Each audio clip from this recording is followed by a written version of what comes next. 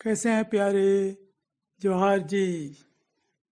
मैं हूं एसपी सोरेन और आप देख रहे हैं चैनल जोहार जी।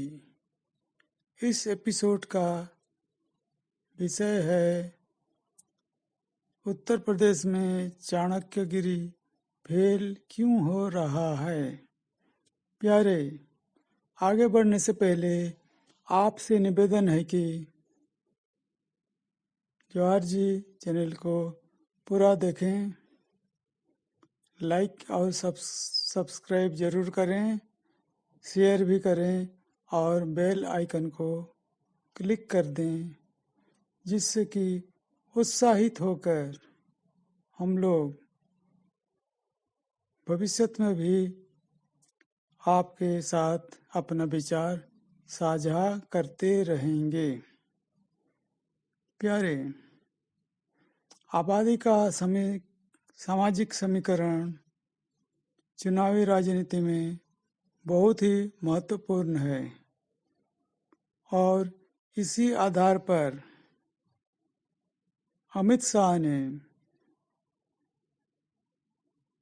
चाणक्य फार्मूला गुजरात से शुरू किया है और अन्य प्रदेशों में भी इसी चाणक्य फार्मूला को लागू करते रहते हैं।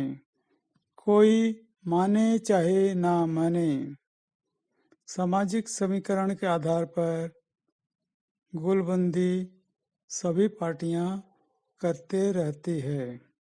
क्योंकि हम लोग बात कर रहे हैं उत्तर प्रदेश की, इसलिए उत्तर प्रदेश और गुजरात की सामाजिक समीकरण को समझना अत्यंत आवश्यक है।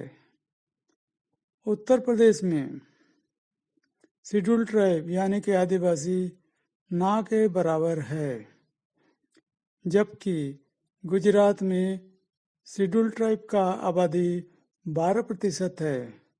इसलिए दोनों को एक ही टेबल में लाने के लिए शेड्यूल ट्राइब का इम्पैक्ट को हटा देना होगा। शेड्यूल ट्राइब का इम्पैक्ट हटाने के बाद गुजरात का सामाजिक समीकरण बनता है 7% मुसलमान, 7% शेड्यूल कास्ट और 86% अन्य। और चाणक्य फार्मूला यही है कि 93 बनाम 7, जिसमें 7 हो गया मुसलमान।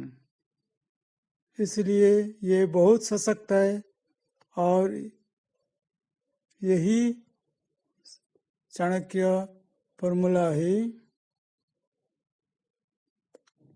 बीजेपी का गुजरात में सफलता का राज है।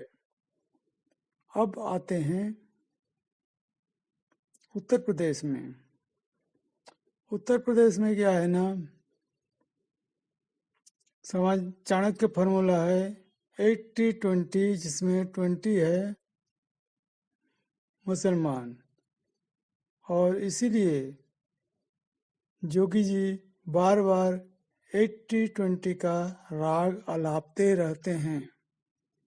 लेकिन उत्तर प्रदेश में शेड्यूल कास्ट की आबादी भी 20% है और उत्तर प्रदेश में चाणक्य फार्मूला एक्चुअली 80-20 ना हो करके 60-40 है, जो कि बीजेपी के लिए समस्या पैदा कर सकता है।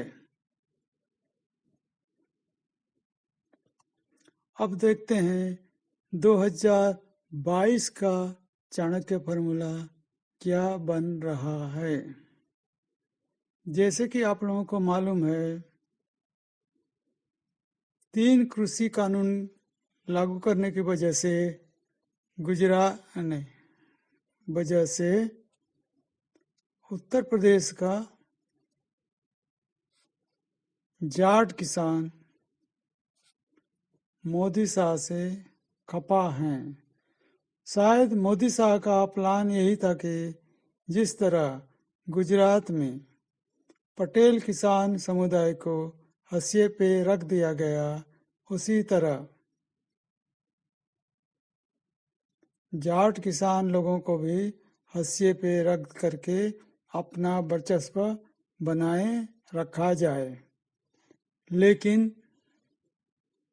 जाट लोगों का मिजाज पटेल किसान लोगों के मिजाज से बेहतर था और उन्होंने मोदी साहब की जोड़ी को मात दे दी। इधर मुख्यमंत्री जोगीराज में न जाने ऐसा क्या हुआ, ओबीसी और ब्राह्मण जो कि उनके समर्थक थे नाराज हो गए हैं और खुले तौर पर अपनी नाराजगी जाहिर कर रहे हैं। ऐसे में थ्योरेटिकली देखा जाए तो आज की तारीख में सिर्फ और सिर्फ कारोबारी समुदाय और क्षत्रिय समुदाय ही बीजेपी के साथ पूरी तरह खड़ा है और चाणक्य फॉर्मूला 80-20 से घट करके 10-90 हो गया है, जो कि बेहद ही कमज़ोर है और मतलब एक साथ जाट किसान ओबीसी ब्राह्मण को नाखुश कर देना ही उत्तर प्रदेश में चाणक्यगिरी का फेल हो जाने का असली वजह है। फिर भी बीजेपी यही फॉर्मूला को अपने पक्ष में 80-20 समझ करके मुसलमान मारण रणनीति को ही जोर दे रहा है और अन्य कोई रणनीति ऐड नहीं कर रहा है।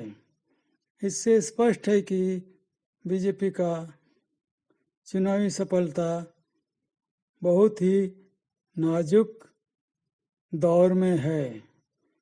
लेकिन बीजेपी के पास बूथ मैनेजमेंट, ईवीएम और प्रशासनिक मैनिपुलेशन का बढ़िया एक्सपीरियंस है तथा मीडिया वालों ने बीजेपी के पक्ष में वातावरण बनाने में दिन रात लगे हुए हैं।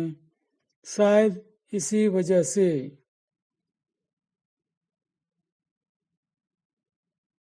बीजेपी का 2022 का चुनावी सफलता यानी कि उसका आंकड़ा बहुमत के आसपास पहुंच सकता है। प्यारे, हमारा विचार आपको कैसा लगा? अपनी विचार कमेंट में ज़रूर लिखिए। आप लोग वीडियो को पूरा देखें, इसलिए धन्यवाद। अब इजाज़त दें आपकी वार्ताकार एसपी सोरेन को।